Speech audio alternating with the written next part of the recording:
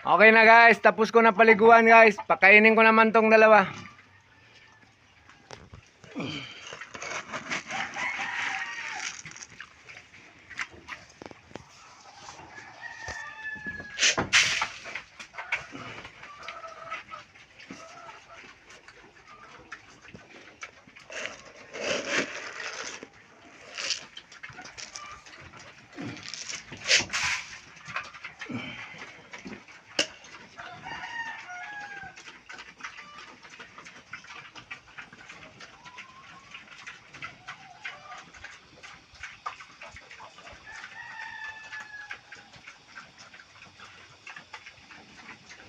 Diyan naman katabi niya guys yung mga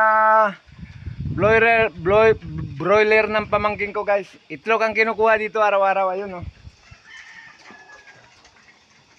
Ayun, may itlog na naman guys.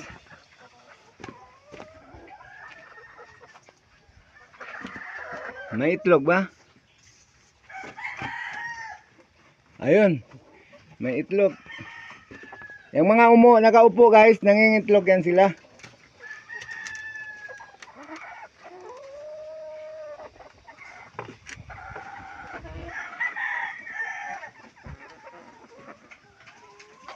Okay guys.